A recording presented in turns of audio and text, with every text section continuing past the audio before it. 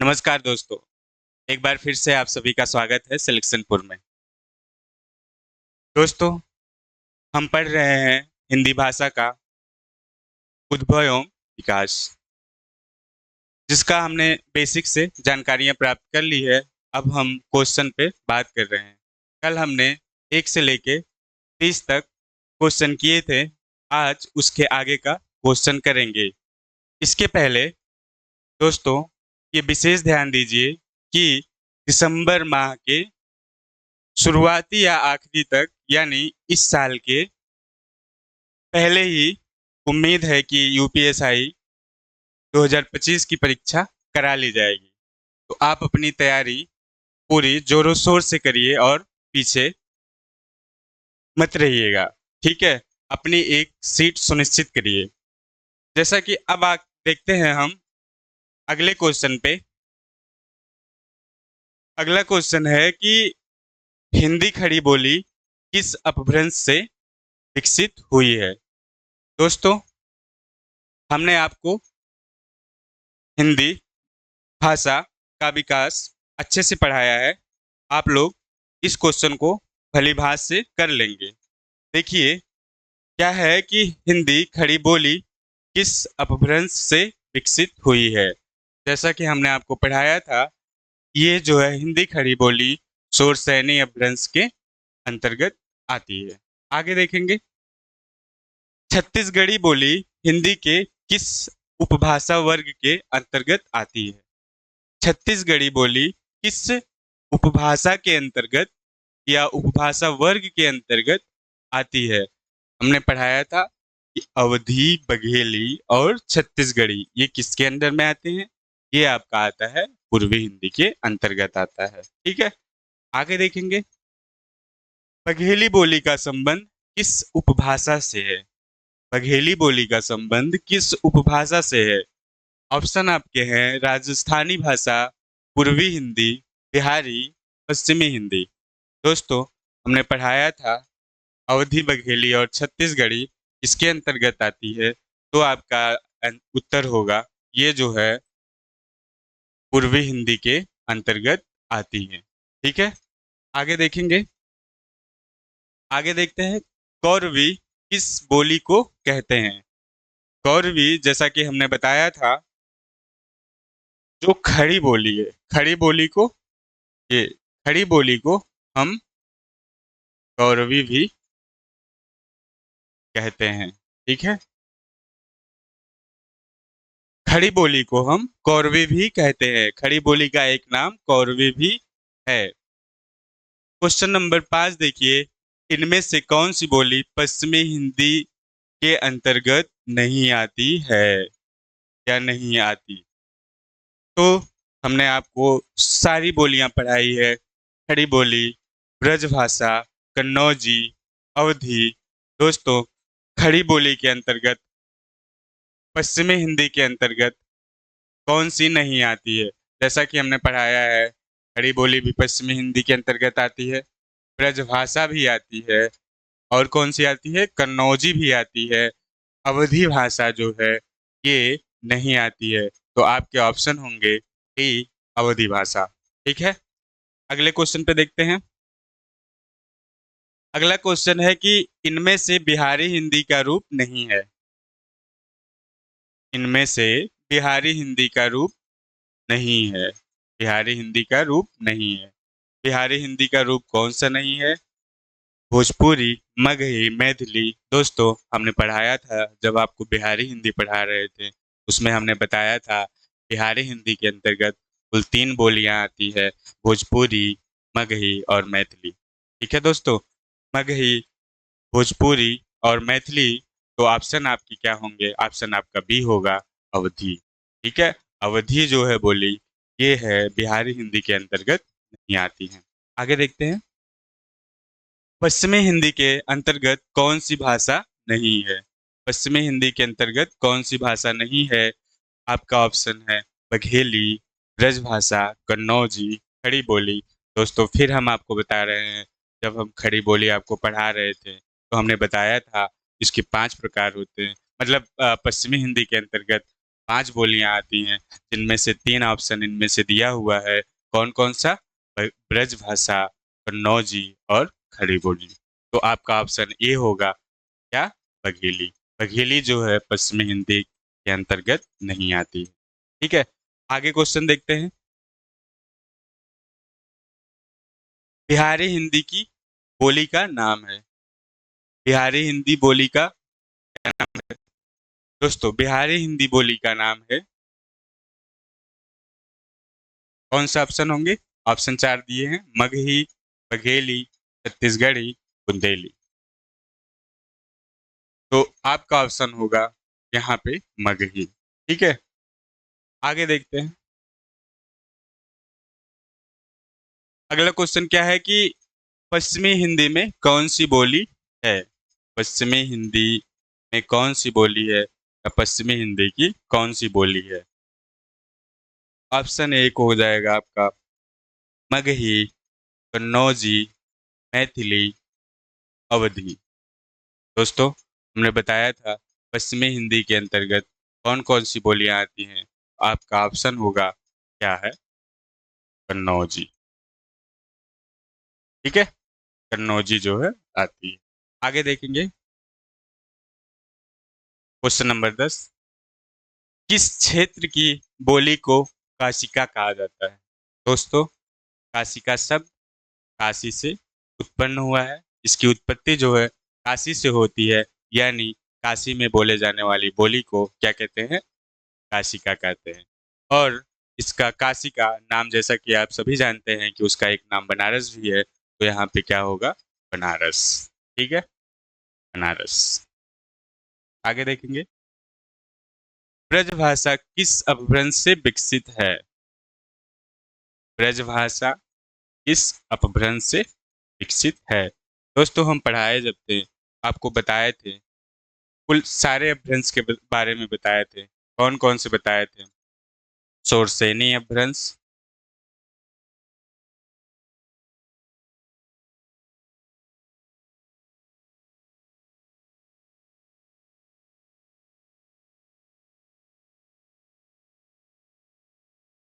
अर्धमागधी अपभ्रंश, और कौन सा?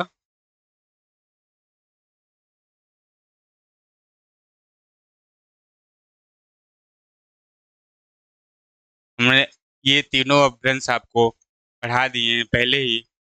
तो आप यहाँ पे देखते हैं ब्रजभाषा किस अपभ्रंश के अंतर्गत आता है।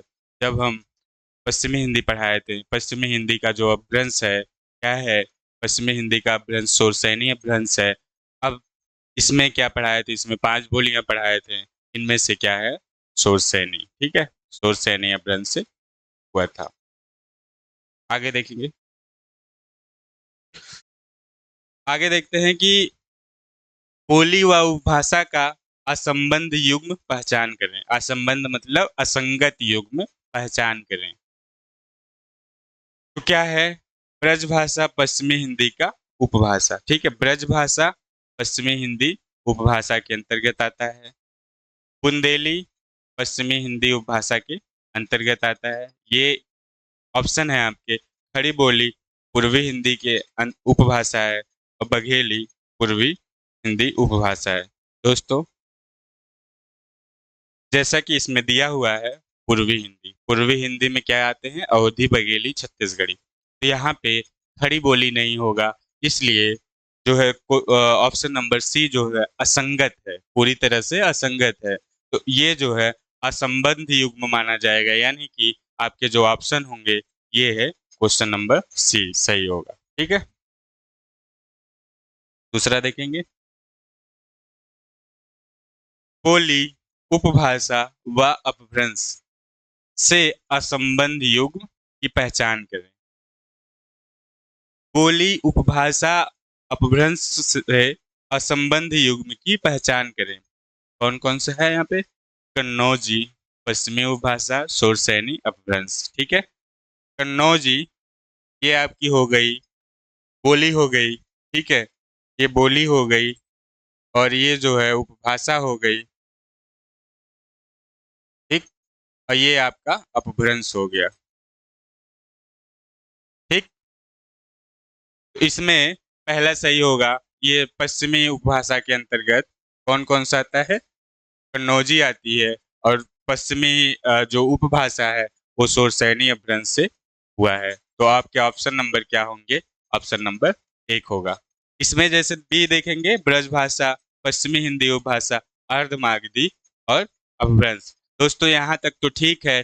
पश्चिमी उपभाषा के अंतर्गत आपका ब्रजभाषा बोली आती है, लेकिन ये जो अर्धमागधी अपभ्रंश है ये नहीं आता है। इसलिए ये जो है पूरी तरह से गलत होगा। ठीक है, आगे देखेंगे। बघेली, पूर्वी, बघेली, पूर्वी उपभाषा और अर्धमागधी अपभ्रंश। जैसे बघेली, बघेली किसके अंतर्गत आता है? बघेली किसके अंतर्गत आता है? पूर्वी उपभाषा के अंतर्गत आता है। और इसका जो अपभ्रंश होगा वो अर्धमागधी होगा। तो ये भी आपके ऑप्शन सही है। ये जो होगा भोजपुरी, ये बिहारी उपभाषा के अंतर्गत आता है और इसका जो अपभ्रंश माना जाता है वो मागधी अपभ्रंश माना जाता है। इसलिए इसका जो है देखेंगे कि ये जो असंगत युग्म होगा वो आपका होगा क्वेश्चन नंबर बी। ठीक है, तो यहाँ आपके जो है क्वेश्चन नंबर 13 का आपका ऑप्शन सही होगा, जो बी सही होगा। ठीक है, ये जो है आपके असंगत माना जाता है। असंगत पूरी तरह से है।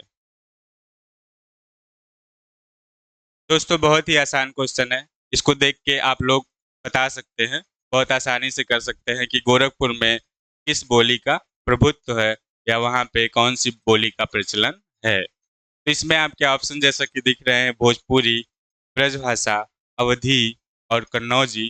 तो इसमें आपका जो ऑप्शन होगा, गोरखपुर में भोजपुरी का प्रचलन अधिक है दोस्तों। ठीक है,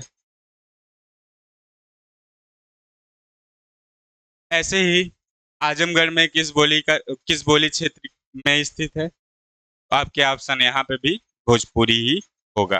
ठीक है, आगे देखेंगे। निम्नलिखित में से एक कौन सी उत्तर प्रदेश की बोली नहीं है? यहाँ पे देखना है, उत्तर प्रदेश की बोली नहीं है। कौन कौन सी नहीं है? कन्नौजी, बुंदेली, मालवी, भोजपुरी। दोस्तों हमारे यूपी में अगर देखा जाए तो कन्नौज के क्षेत्र जो पड़ता है वो भी पश्चिमी यूपी के अंतर्गत आता है। तो ये क्या हो जाएगा, वहाँ पे कन्नौजी बोली जाती है। बुंदेलखंड का जो क्षेत्र है वो भी उत्तर प्रदेश में आता है, वहाँ पे बुंदेली बोली जाती है।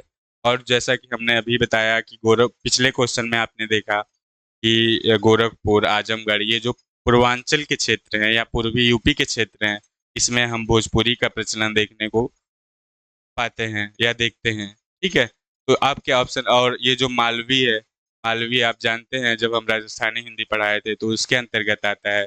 इसलिए ये जो है उत्तर प्रदेश की बोली नहीं है। तो ये आपका आपका ऑप्शन जो है सी सही होगा। ठीक है, आपके ऑप्शन जो है सी सही होंगे। ठीक, आगे देखते हैं।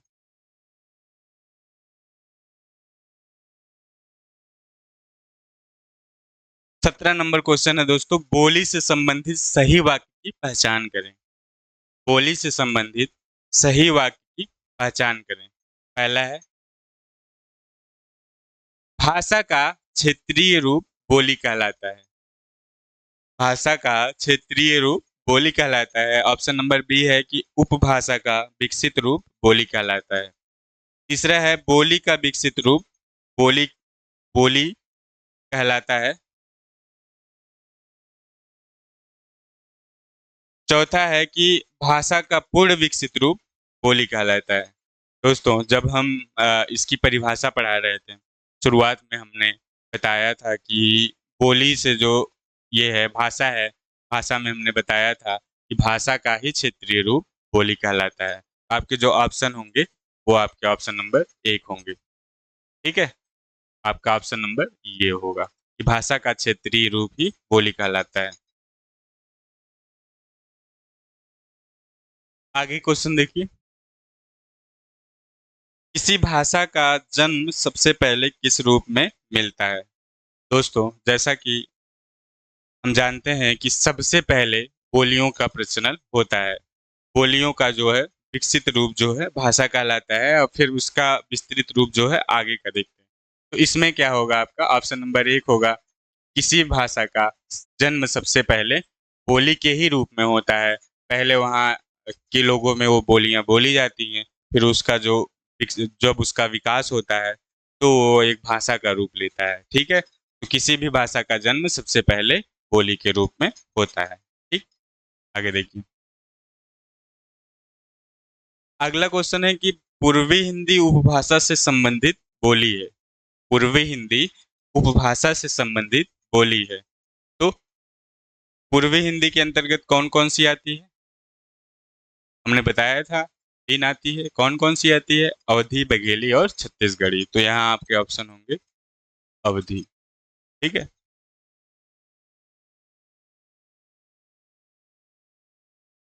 क्वेश्चन नंबर 20 देखेंगे। हिंदी भाषा को कौन सी लिपि में लिखा जाता है? हिंदी भाषा को कौन सी लिपि में लिखा जाता है? तो यहाँ आपके पहली लिपि है गुरमुखी लिपि, दूसरा है बंगाली लिपि, तीसरा है देवनागरी लिपि, चौथा है तमिल लिपि। तो हिंदी भाषा को दोस्तों देवनागरी लिपि में लिखा जाता है। आपके क्वेश्चन नंबर मतलब क्वेश्चन नंबर 20 का सी सही होगा। ठीक।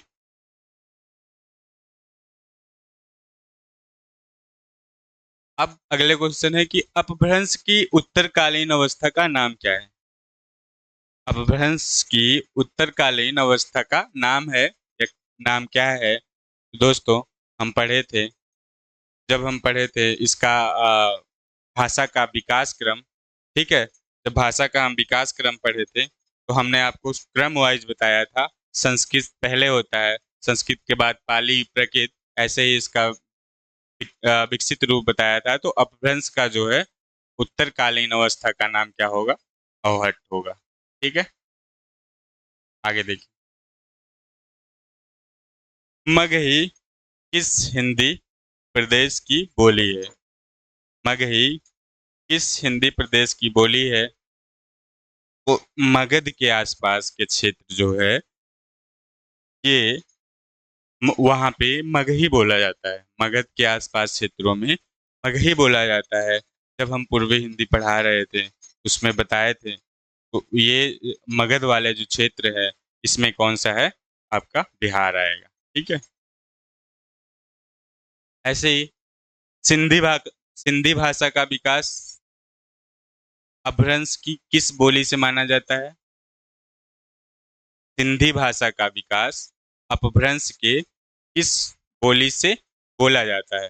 दोस्तों जब हम पढ़ा रहे थे वहाँ पे हमने पढ़ाया था कि ब्राचीण जो है सिंधी भाषा का विकास अपभ्रंश से विकसित हुआ है। ठीक है? आधुनिक आर्य भाषाओं के वर्गीकरण के अनुसार पूर्वी समुदाय की भाषा नहीं है। आधुनिक आर्य भाषाओं के वर्गीकरण के अनुसार पूर्वी समुदाय की भाषा नहीं है। इसमें आपका दोस्तों कौन कौन सा ऑप्शन है? उड़ीसा है, मराठी है, बिहारी है, बांग्ला है।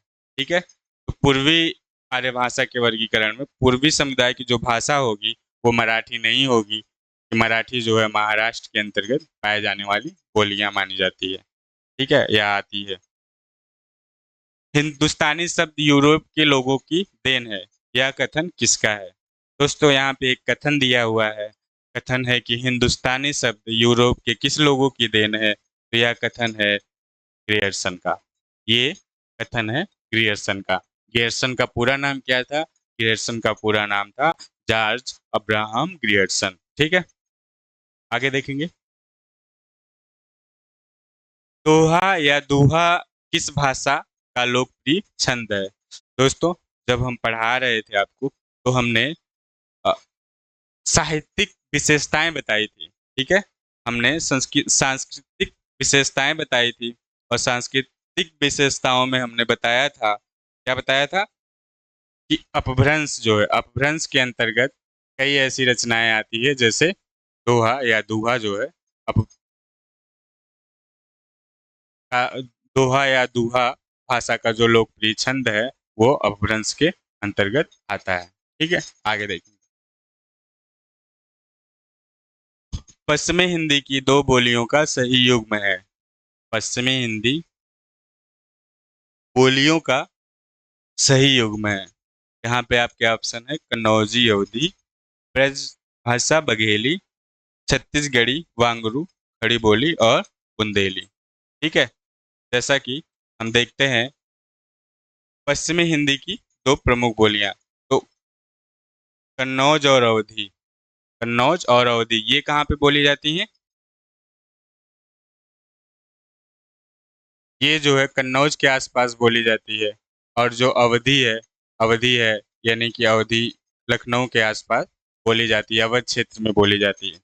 ब्रज ब्रज बघेली जो है बुंदेलखंड के आसपास बोली जाती है, ब्रज मथुरा के आसपास बोली जाती है। छत्तीसगढ़ी और वांगरू ये जो है छत्तीसगढ़ी और ये पूर्वी हिंदी के अंतर्गत आते हैं। खड़ी बोली और बुंदेली जो होता है ये जो है पश्चिमी हिंदी की दो बोलियों में आते हैं। ठीक है, आगे देखेंगे। अर्धमागधी अपभ्रंश से विकसित बोली है। अर्धमागधी अपभ्रंश से विकसित बोली है, तो यहाँ पे क्या है? वांगरू, बघेली, ब्रजभाषा और भोजपुरी। ठीक है, तो यहाँ पे आपका बघेली जो होगा वो अर्धमागधी अपभ्रंश से विकसित है। आगे देखेंगे। इनमें से कौन सी बोली आकार बहुला है? इनमें से कौन सी बोली आकार बहुला है? तो इनमें से आप देखेंगे, इनमें से खड़ी बोली आकार बहुला है। दोस्तों, अब तक हमने लगभग 80 50 60 क्वेश्चन कर लिए हैं। भाषा से संबंधित, भाषा और बोली से संबंधित लगभग 60 क्वेश्चन हमने कंप्लीट कर लिए हैं। ठीक है, अब हमारा बचता है जो आगे आगे बोली और भाषा में क्या बचता है?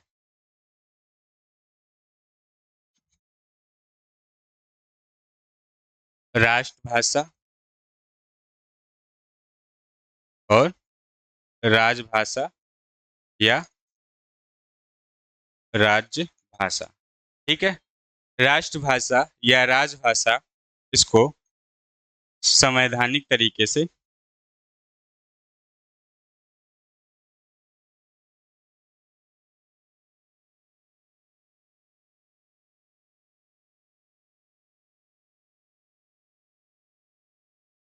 संविधान के अंदर किस अनुच्छेद में कौन सी राष्ट्रभाषा आती है, राजभाषा आती है, ये जो है हम अगली कक्षा में बात करेंगे।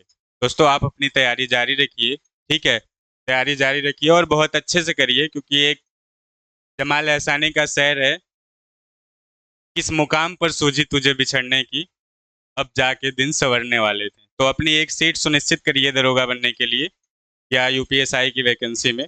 और आज की क्लास के लिए आपका धन्यवाद। ठीक है।